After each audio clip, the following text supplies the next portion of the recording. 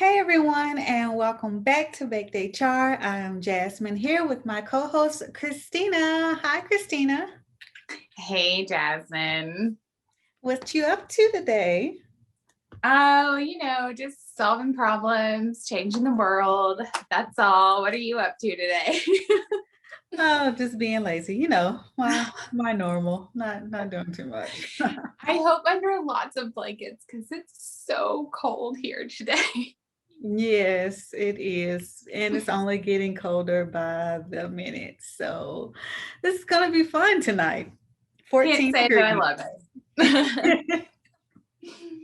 You know me, I told you I will take this over tornado weather. So in Oh, South did you? Alabama actually has tornado weather while we have snow and ice and sleet. So I was going to say something to you. I didn't know if it was worse to bring it up or better to bring it up that I saw what April shared where there's those tornado warnings down there. yep. How wild are we acting in this state today? What is happening? Oh gosh, who knows? Climate change and everything else. So it's an interesting day in the state of Alabama. I can say that. For sure. So we are talking about something today that we're giving a few tips. So we're talking about leaving your job. And See, Jasmine, why are we talking about leaving our job? well, I'm leaving mine currently. Um, and so Because I just want to point out that last night, that we're recording this the day after we did the Valentine's Day Instagram Live. And yes. last night, Jasmine, you totally just like slid it in there that like you're like, you didn't say, hey guys, I've got a new job. And so like you were just like, I'm debating on for my new job and then tried to move on. And I was like, wait a minute, we didn't even have like a minute to celebrate. Like you just rolled right over it. But that's okay. That's okay. We'll pop the champagne later on. So yes, I got a new job, and this, of course, we already had a lot of topics that we wanted to talk about and cover on Baked HR, but being in the moment, this brought up the topic of leaving your job essentially, and what it comes down to. A 2 weeks notice. We talked about that already. And now we're talking about transitions, which is really important to a lot of people and a lot of organizations. But I will say most organizations fail to get it right Yeah. for a variety of reasons. So what do you think are some of the tips that you wanted to talk about so we can just break them down? Okay, so I want to preface everything that we're going to break down with a tiny, tiny, tiny little disclaimer. Like I normally would say this is the job of your employer to initiate and see through some of these steps. We're coming from a different position as HR professionals, obviously, because normally within an organization, we're helping put this together as far as what the process looks like and the resources and how it's executed. So if you happen to be in a position where you're an HR professional and your organization doesn't have a good, process outlined for how to transition tasks, I think it's beneficial as an HR professional who's exiting your position to go ahead and try to help the organization out along the way. For a couple of reasons. One, I think the community is small. I don't care if you're looking at, like, for us locally to Huntsville, yeah, it's super small and word would get out super fast if we left somebody in shambles or left somebody hanging or, had a totally disengaged attitude on our way out the door. But Yeah. we're connected across the country, we're connected across the globe. And so it can be really, really easy for information to spread quickly if you don't care about the state that you leave the organization in. And honestly, when you've spent time in a role as an HR professional supporting employees in the workforce, even if you don't care about the organization anymore because you're leaving on bad terms or something, chances are you probably care about some of the people who are still there. So you want to set them up for success on your way out. When I left my staffing job, you guys hear me talk about my staffing job a lot, but it was like the foundation of my career. It's a very competitive environment. I did a lot of really great things that I was really proud of, and accomplished those as the youngest office manager for that company. And even though like we did get to bad terms towards the end, one day you guys can ask me about it and I'll tell you all kinds of shady stories that got us to where we ended. But when people would ask me, oh, well, do you want them to keep that account, or do you want that customer to keep using them? And I'm like, if I did not build something that was sustainable, then I did not build something successful. And so I like to look at this process kind of in the same way. If everything that you did in that organization for that entire time you're there cannot be duplicated or cannot be carried forward, then it was either the wrong thing or you were only focused on you and not, success of the mission or success of the employees or success of the employers. So not to say that this is every leaving employee's responsibility, but just some ideas to help you make that transition smooth and make sure that you're leaving on a good note and with a clear conscience. Okay? Like it. Okay. All right. So I kind of mentioned this to you already, but also another reason why is because I cannot stand this one thing. And I'm going to help you do everything you can to frickin' avoid it. Oh, can we just call you? No, you cannot call me because I'm going to be learning my new job or taking a rest before I start my new job. And then I'll be learning my new job and meeting my new coworkers and my new supervisor and getting familiar with that. No, you cannot just call me. The only way you can call me is if you're going to pay me, and then you call me on my terms. So that doesn't mean you have free range to call me from 8 to 5 while I'm learning my new job. We can set aside some time and agree on a bill rate. So one thing for sure is offer a meeting with your supervisor. I know that sometimes when you turn in a resignation, emotions are high. We talked a little bit about how we've both experienced some kind of off responses to that. So if possible, I recommend that you offer up a meeting the day that you resign, maybe in the afternoon after you've given people time to kind of process what you just told them. If that day is not possible, then the next soonest day possible, because a terrible idea is waiting until your last day or the day before your last day, because that leaves you and your organization zero time to mitigate any risks that you identify as not being covered going forward. And it also puts a lot of stress on the person leaving the organization, because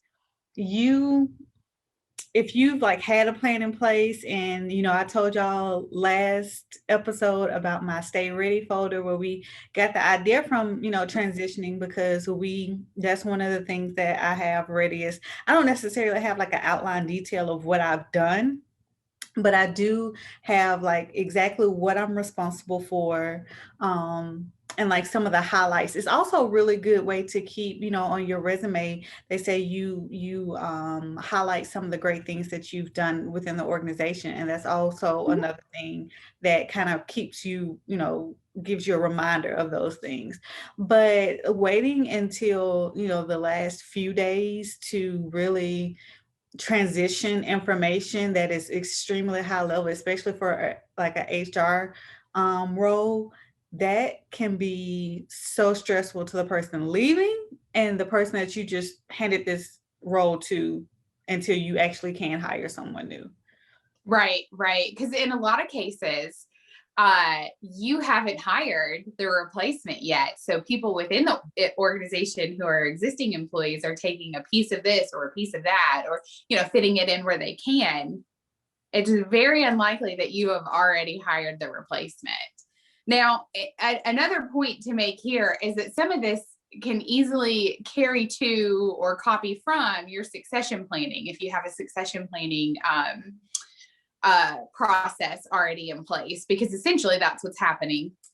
You just hope that you're using your succession planning for when somebody's moving up within the organization, not necessarily out of the organization, but the same thought process applies, right?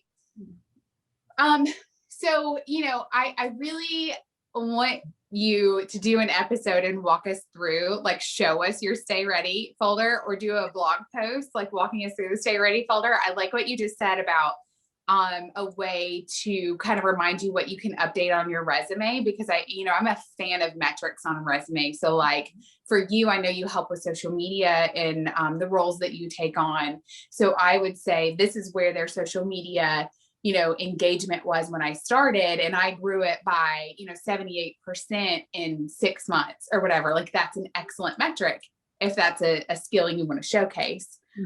For me, it might be, the recruiting metrics that I've improved, or at this moment, come to a complete standstill. But that's a story for another day.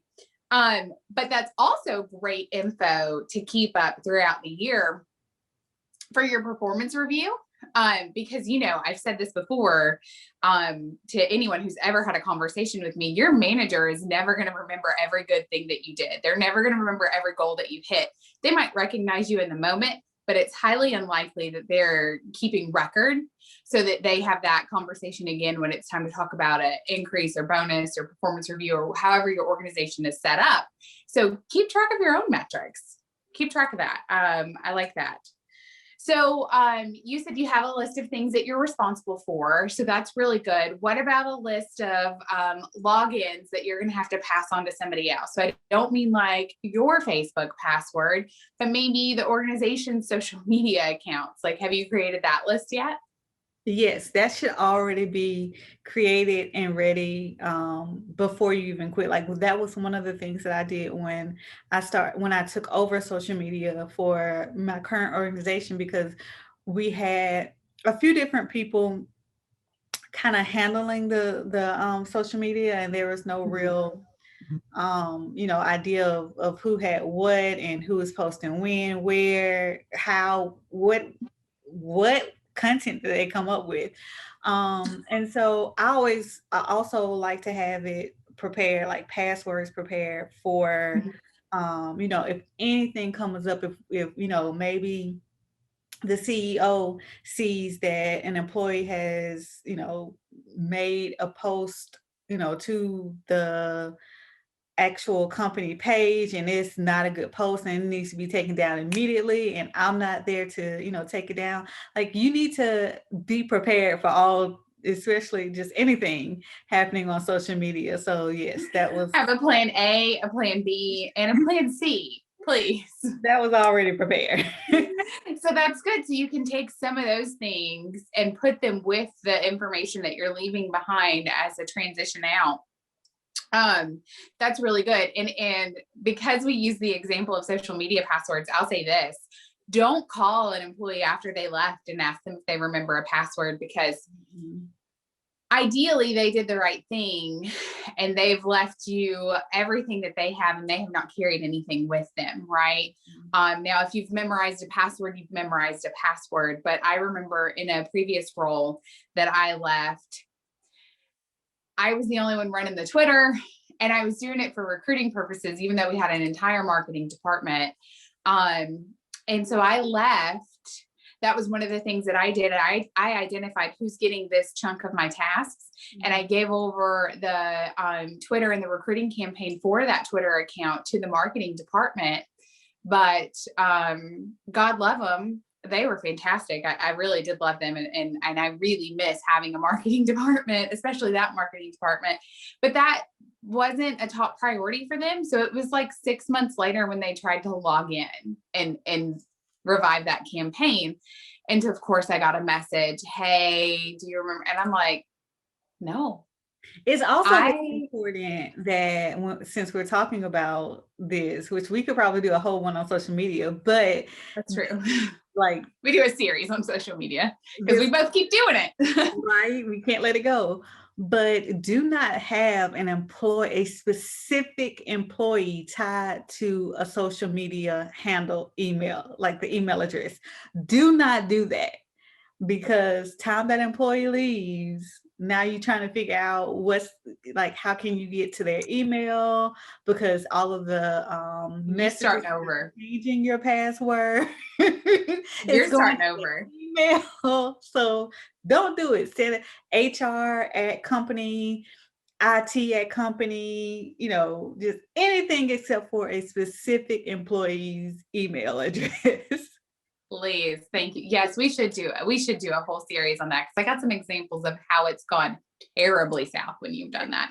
And we could even use the Nashorm example because the Nashorm Twitter died with me. You guys have to start all over.